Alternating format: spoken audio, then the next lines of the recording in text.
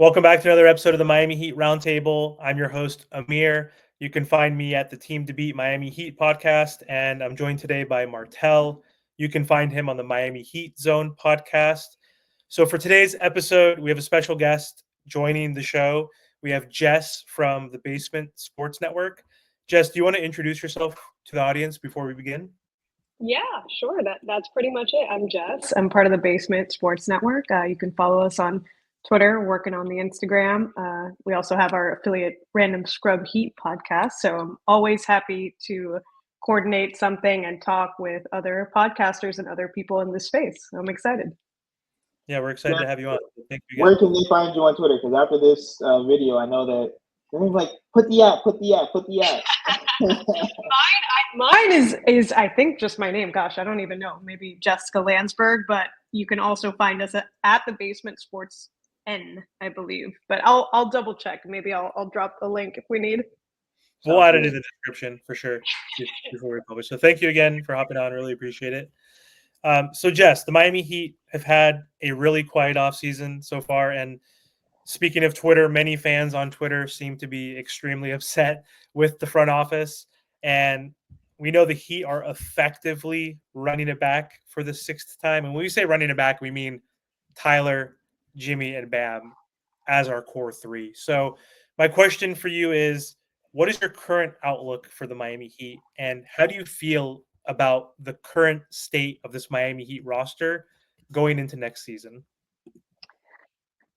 So I guess I'm probably going to be called one of those like more pessimistic Heat fans, and I kind of always lean that way because that's just the way I am beyond the Heat. So, unfortunately, like my outlook is not particularly good.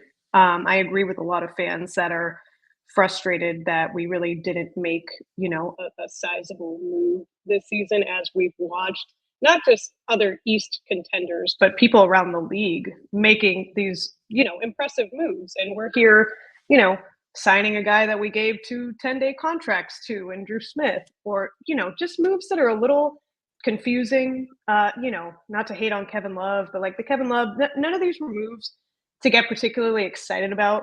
And you watch, and I hate to use them as the example, but you watch like the Celtics even make not even huge moves every offseason, but like solid moves that they've continued to make in getting Drew and getting Porzingis, just to use them as an example. And it's like, every offseason, it sounds like we do this whole thing where we, think we're going to get a whale. Then we get frustrated that we don't get him. And then we make some like tiny move that everyone's like, kind of like, okay, well, at least we did something. And like that essentially has felt like the past few off seasons. So, if you wanted me to give you like an actual prediction, in my mind, I think we're going to be in a very similar spot. I think we're going to be fighting for a play-in spot again. And, my favorite line when I'm complaining about this team is like, we make basketball look so difficult. And it's like, it always seems like there's just like these little moves even that we could make to make our lives easier. And for some reason, we don't end up doing that. So, I'm a little frustrated about what feels like over and over, this same kind of off-season narrative. And, I'm also one of those people, my grumpy self, I don't watch a lot of summer league. I don't get super excited about draft picks because frankly, I haven't seen him in an NBA game yet. And so as much as Ware looks good, I can't get myself too excited yet. So that's kind of where I'm at in a nutshell. So now where do we go forward, Jess? Because right now we have an aging superstar in Jimmy Butler, who, don't get me wrong, he's been phenomenal. He's been able to do more with less, like when you look across the NBA. But in terms of, do we pay him or should we trade him? Because when you look at Bam Adebayo, just look at what he's doing in the Olympics. I mean, he's an absolute, franchise player for sure. And I think we honestly do have a young core, even though they're not, supreme talent in Jaime, Jovic, and Tyler. It's still a decent young core going into the future, and I'm sure that we can make some moves to put better high quality role players around Bam Adebayo. So which direction should we go? Do we pay Jimmy that one extra year? Do we, trade Jimmy Butler, get a young player and some assets? Because the moves that we make now will help Bam Adebayo later. I totally agree with you. And I am very much of the build around Bam camp. as far as Jimmy goes, and I try not to let like personal things get in the way of how I feel about basketball players or about teams or whatever. And with Jimmy, I'm like very mixed. I have been a staunch defender of him for the most part. And, I think again, along with some other fans, I've started to get a little frustrated about this kind of apathy, this like indifference that he was playing with, last season, even the season before that, and like these large, streaks of games where we're just like, what's going on? Like just that face on the basketball court, like he looks like he'd rather be anywhere else. I know there's all the jokes about the side quests and this and that, which are funny, but also it's like, is he really just like miserable? Is he not having a good time playing on this team? Like, what is it? So, I mean, as far as direction, I think absolutely, like you said, like, we're watching Bam just do unbelievable things in the Olympics. And, I think, if you have a good basketball brain that you have to build around that guy. I haven't been so much of like the trade Jimmy Butler side necessarily. I think this core, I think you have really like a very small window, like a one more year kind of window with Jimmy, if you're going to go for it, which evidently we are. Um, I was more of the trade Tyler Hero camp. Again, I'm also very mixed on him. I went from like, all right, I'm gonna defend him. He's good. He's a good basketball player, and I don't think that he's not. I just am struggling with the fit on this team for a little while now. So I think we made a mistake, frankly, in not capitalizing and trading him and putting a, a better fit next to Jimmy and Bam. And now I think, I know we're exploring these different options, but I almost feel like we're kind of stuck, with this core. Not to mention even like Duncan's contract and other things that have been problematic for us. But I think that this is the last year of the Jimmy build, if we'll call it that. And I think that they should have capitalized this offseason to make use of maybe that 1 or 2 more years. I'm still a Jimmy fan. I pray that he shows up this season. I was appreciative of that Pat Riley press conference because I felt like he did deserve to be called out. He makes a lot of money. And again, extending that contract is a very serious thing to think about. I mean, we're not throwing around money on this team. Obviously, I'm no CBA expert. I'm not going to talk to you guys about that, but I understand it very generally, and I understand the situation it put us in. And, we don't have a lot to work with here. So I think, whether I wanted him off the team, not necessarily. Do I think that might have to be the move, especially after this season? Yeah, I think so. I think you're going to have to start going in another direction. And, I'm not that excited about watching this again for, what is this, the fifth, sixth? Six. I'm not even sure. Six. Yeah. So.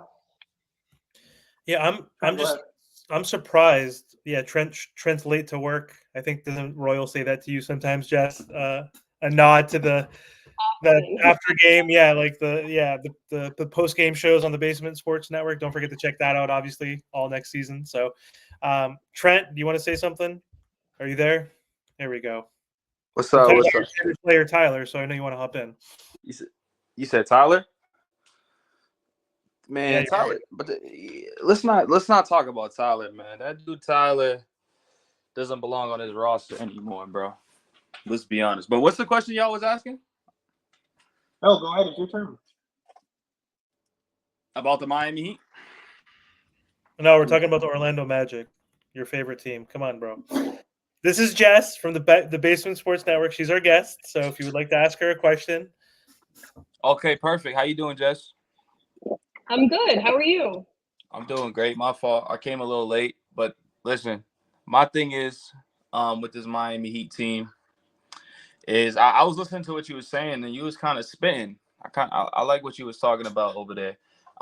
So how do you feel about our undrafted players and some players that we drafted? Like, Khalil Weir, first thing first, just went off today in Summer League. But not only that, you got Johnson. Hopefully he's straight with his ankle injury. But players like Isaiah Stevens, can they replace Drew Smith? How do you feel about Josh Christopher? Like, how do you just feel about the Summer League in general? And can those players play any impactful minutes for the Miami Heat this upcoming season? Because we all know the route that we always take is undrafted players, and they play impactful minutes in postseasons and stuff like that. Yeah. So earlier, before you jumped on, I was kind of complaining about being like this grumpy Heat fan, and I admit I do not watch a ton of Summer League. I've seen some. These guys, some of these guys have looked impressive, especially like you said, Johnson and Ware looks like someone maybe to get excited about. But here's the thing: it's like I can't jump and say, look at Kalel Ware. We're going to play him at the 5. He's going to get real minutes on an NBA team, and we're going to put Bam at the 4, and all our problems are going to be solved. You know, I want that to be the case very much. But I try to be just very practical and very realistic. And it's like you watch guys like Ware, going off in these games, and a lot of times the transition just to like normal NBA basketball is difficult. So, I want to wish the best for that. I am by no means a Drew Smith fan. I don't think he's very good at basketball. I don't understand that move. No offense to Drew Smith. So, watching Johnson, watching some of these dunks, even watching, Alondas Williams, I'm like, they look so impressive, but I try to, not allow myself to get disappointed so I don't get too excited. But I think that there are some things to be, at least hopeful about watching them in the summer league. And then I have another question for you, because we had a huge debate about this yesterday on a live stream. And I don't mind Nikola Jovic, but are you one of those people that make him untradeable for certain players? Because I know some people have Jovic as, I'm not trading him. He's gonna be very, very good for this future and stuff like that. And I'm just like, if you're getting a player like Mitchell or a player like Lauri Markkanen, you better offer him for that trade. But I see a lot of Heat fans saying, nah, like, he's gonna be a star in this league. We better keep him. Are you one of those people that we keep in Jovic, or you'll trade him for the right piece? I am definitely with you. I don't think that you make him untouchable at all. Again, you can look at someone like him, you can look at someone like Jaime, and you're trying to think long term about this team. And we were just talking about like, oh, if we're building around Bam, like some of these young guys, a good young core. But at the end of the day, like you just said, you're looking at what, a guy like Donovan Mitchell, and you're going to tell me, oh no, we can't get rid of Jovic though. I don't think that that's a sane argument, frankly. And again, it depends, right? Like it depends the situation that we're in. We were in a situation where I felt like we needed to move immediately because again, we're at the, kind of the end of this Jimmy Butler window, I believe. So, that should have been the move last offseason, this offseason, and we again didn't really do anything. So no, I mean, I don't think as good as they look, as promising as they look, whatever it is, it's like you don't make those guys untouchable. I'm sorry. You make Bam untouchable. You make, I don't know, whoever else, that's up to everyone's personal opinion. Frankly, I think Bam is kind of the only untouchable person on this team. And like we talked about Jimmy, depending on which direction you think this team should go in. But no, I think that's a mistake. And I think that narrowed down the options. If there were people in the front office with not just the fans, but if there were people in that front office with that mentality that we're not going to give them up. Again, those reports maybe are unsubstantiated, and I'm not going to go off of that. But I think that is short-sighted, and I think it's a mistake if you weren't willing to let some of these young guys go for a superstar, even if they look promising and look good. And Jess, we do trade Jimmy. I heard you earlier. We do trade Jimmy. Jimmy got to get off our roster after this season. So yeah, we do. I think he has to. I think you don't have a choice after this season. I think like after this, I'm like, this is it. You don't have anywhere to go from here with that build. It's over. Like it's done. So Jess, or even Trent, do you see a world where Jimmy plays well enough where, let's say he plays 65, 70 games, he tries hard to get that final contract of his career, where he's trying to make an average of whatever it is going to be 50 to 55 million, which is just kind of insane to be paying him that for any team at age 37, 38, unless he goes, to your point, Trent, if he gets traded mid-season to maybe a desperate team like the Warriors who want to like have one last shot with Steph Curry, who at age 36 is still one of the top 5 best players in the NBA. I could see that happening, but do you see a world where Jimmy just like picks up his player option, or do you think we're going to trade him at some point mid-season just because we're not playing well enough? The writing's on the wall. Like we can't do a blended build of building with Jimmy, but then now looking at youth, right? Adding Jovic and Jaime and giving them minutes. Do you think there's a world where we trade Jimmy Butler mid-season, or do you think he plays out his contract, which is not just next season, but he actually picks up his option and stays? Because what world do we give him an extension? Like we're not going to be like, if we're healthy, because right now Pat and Spo and Mickey were saying, hey, we're banking on health because we're running it back. If they're fully healthy, if they have the greatest regular season, I see them as 4, like the 4th seed at best. Like realistically, if they have a really good season, 6th seed perhaps, right? What are your thoughts like just on this Jimmy saga? Like, is there a world where we re-sign him or keep him, or is he you think all but gone after next season? I can start. Um, I don't think I'm trying to think of a respectful way to say this. I didn't want to use this term, but I don't think that Spoelstra and Riley and these guys have the balls to trade him. I think it's eventually going to be just kind of a disgruntled Jimmy that's getting out. I just don't see them doing it. We've watched them time and time again not make these like big moves, these risky moves, these whatever. So to me, it's like, a complete overhaul of the team just doesn't seem like it's in the cards. Frankly, with him as the star of the team, if we're going to continue to call him that right now, I just don't see them doing that. I think that they're too scared to, you can call it start from scratch. Obviously, you're starting with something, with having, a superstar in Bam Adebayo, but I don't know that they would make that move. And I think some of us Heat fans that are frustrated with Jimmy at the end of the day, like, look, this is a team that's comfortable running it back how many times?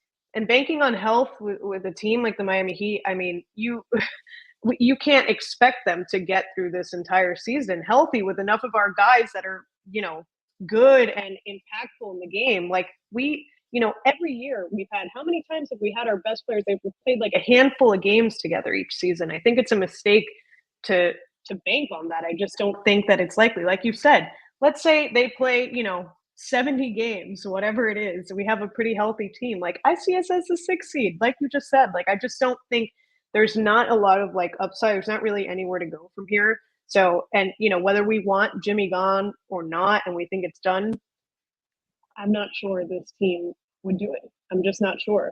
I think they're going to have tough conversations about whether to extend him or not, but I don't know. I think that they're very much going to be like up to Jimmy. When he's ready to go, he's ready to go. That's my opinion. So before we close, Jess, what's your starting lineup? Because there's a lot of people that are saying Duncan should start, or even Khalil Ware, Jaime, Haywood. So what is your starting lineup, and what do you think the starting lineup that Spo is going to put out there? Because there's a lot of people that want Tyler Hero to come off the bench. There's so many different scenarios, with this Miami Heat roster. Yeah, well, I was still like more optimistic last season. I was one of those people that said Tyler should come off the bench. Frankly, because I think that we had enough games to kind of see that was working, but that also happened to be when Duncan was playing well. I can't say I've been super impressed with Duncan lately. Not that he was getting a ton of playing time, but I think that I don't know if it's a mix of, coming off the bench or losing some confidence after losing the starting position or whatever it is. And you know what? So frankly, I mean, I think we'll have to see how Duncan plays starting this next season. If Terry's healthy and ready to go, obviously Terry starts, Jimmy starts. I'm not against starting Ware and seeing how he does. I mean, again, like I said, having him at the 5 and Pam at the 4 is a dream if he is ready for NBA basketball. And again, I don't want to say that he's not. I just want to say that I don't know, because frankly, I don't know. But he looks very promising. And what we've seen in him, scoring 26 points or whatever it was today, obviously he has skill. We just need to see how it translates against, these good NBA teams. So, I mean, what I think the team will do, I think the team is 100% going to start Tyler. I guess it's Terry, Tyler. We didn't even get to talk today about Caleb being gone, which I think is a big loss. Wait, think about that, because me personally, I don't think he was worth the $65 million when he's coming off of a down year. You know what I mean? He didn't really play that well. Like, how can we give you a raise? I mean, I know they're going to say the market is the market, but how can we give you $65 million and you played worse than the year before? No, I agree with you. Nor can you continue to go off of this. Well, look at how he played against Denver in we can't hang on to that. But at the same time, I think it's, the money didn't make sense, but I think it's a loss for us because there were a lot of times where Caleb was not only, he was such a well-rounded player, in my opinion, that I always said his shot wasn't dropping, or, he wasn't getting to the rim, that he was playing defense, he was diving for the loose ball, all those intangibles, it was kind of even how I felt about like PJ Tucker, like just like this role that it's like you don't realize until it's gone that it's like, oh, that was important, So I think that stinks. I mean, I don't know. Why am I blanking? Who would be at the 3? I think it'll probably be oh, well, I guess I Jimmy, don't know. Would they play Terry, Jimmy, Tyler? Yeah, I guess they would. And they probably will. And I think it's the smartest idea. I don't think Terry and Tyler looked very good in the couple games that they were on the court together. So, but that speaks to our deeper rooted issues that we have on this team. So, yeah, and people talk about, let's just insert Duncan next to Terry or Tyler, but like his net rating with both those players weren't great, because you mentioned it. Like Duncan did improve his skill set, where he's not just a 3-point specialist, but he still had some games that were mediocre. So it's not an easy fix. And that's not even talking about defense. I mean, the defense is atrocious. I mean, the thought of Terry, Duncan. I mean, look, Jimmy's a good defender when he wants to be. Bam's the best defender on the team. Haywood is the second best defender on the team. And frankly, Haywood Highsmith has to improve his offensive game so much that it's not a liability to have him in the game just because we need his defense. So we're a little stuck in more ways than one. But you know what? I'm gonna try to be optimistic. It's rare for me, but I'm gonna try, because why not? We have nothing to lose. It's hard to be, honestly, after the product they're going to put in front of us too. And before we close, too, the last thing though, you mentioned Haywood. Obviously, he's limited when it comes to his offensive skill set. He is learning a little bit, towards the end of the season, how to put the ball on the floor. And he had that little PJ Tucker kind of push shot, so he was making more layups and finishing more in the lane, which is good. But do you see a world where he could replace Jovic in the starting lineup and Jovic goes back to the bench because of the lack of defense? Because you mentioned it, Terry and Tyler, not the best. They're undersized. They're not great defensively. Jimmy's fine, but he's getting older, and it depends on if he's engaged or not. And obviously Bam is top 3 defender in the league. So will having Jovic be a liability, or do we just continue to have him there so we actually have some size in that front court, something that we lacked until we put him in the starting lineup last year? Yeah, I mean, I think that they're both going to kind of have to have it out. And you know how Spo is with changing his rotations all the time. It's kind of like, who's the next man up? And so, like I said, I mean, I think, Jovic, his offensive game is coming to him, and he looks smoother, for lack of a better term, on the offensive end than Haywood does. But I think that Haywood can be a serious threat to his position, number one, depending on how terrible we look defensively and if we're really struggling to contain some of these guys. And it's not that Jovic is not a good defender, but I'd call him more of even a shot blocker more than I think of Haywood as just quick, big wingspan, tripping guys up. So they're a little different in a sense in how they play. But I think if Haywood significantly improves his offensive game, which again we've seen, he certainly looked better at the end of that season. I think he was getting his confidence up. He was hitting some shots. He looked just overall more confident on the offensive end. But he can become a real contender if he continues to improve his offensive game. So he could be a threat to Jovic's minutes if he does that. But it just goes to show too, I always love the term offense wins games, defense wins championships. Oh my God, I don't want to mess that up. But I'm a big defense person, and I think the Heat have, failed at getting good two-way players. And again, that's causing this problem right here, where it's we have guys that'll go on these streaks where they can't hit a shot to save their life, but it's who's going to guard Tatum and Jaylen Brown? And, so, and I think we even saw a glimpse of that the end of last season. So I don't know. We're going to have to see. I really like Haywood, just personally, and I hope that he continues to improve, because I don't think he's bad. And I think he earned his minutes and he deserved to be out there. So I hope his offensive game takes a leap. Yeah, even though next season seems to be bleak, if we're saying that at best we're hoping to be a 6th seed, which doesn't win championships, because seeding does matter, right? You have to be a top 3 team to win championships based on the data and the history. 97% of all champions have been the top 3 seeds. So, and I think Jaime is an X factor. Just as a last thing, I think that he's an X factor this season, because a lot of people again are talking about kind of this leap that he looks like he's taking, and I think he's a difference maker if that proves to be true when this season starts. Yeah, and I have the same mindset as you. I can care less about summer league. half those guys are literally not going to be in the league. So show it to me on an NBA level. Like, it's cool that you're playing well. Jaime, it's cool you balled up some scrubs, but like most of those guys are not in the league. You should be getting maybe not 29 points per game. That is a little impressive to a certain degree, but you should be scoring 20 points per game against the guy who's going to be a janitor or an accountant, right? So, Yes.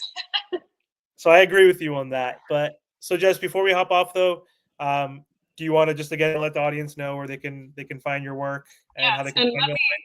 because I'm old, I'm gonna double check what my Twitter handle is so that I don't mess this up.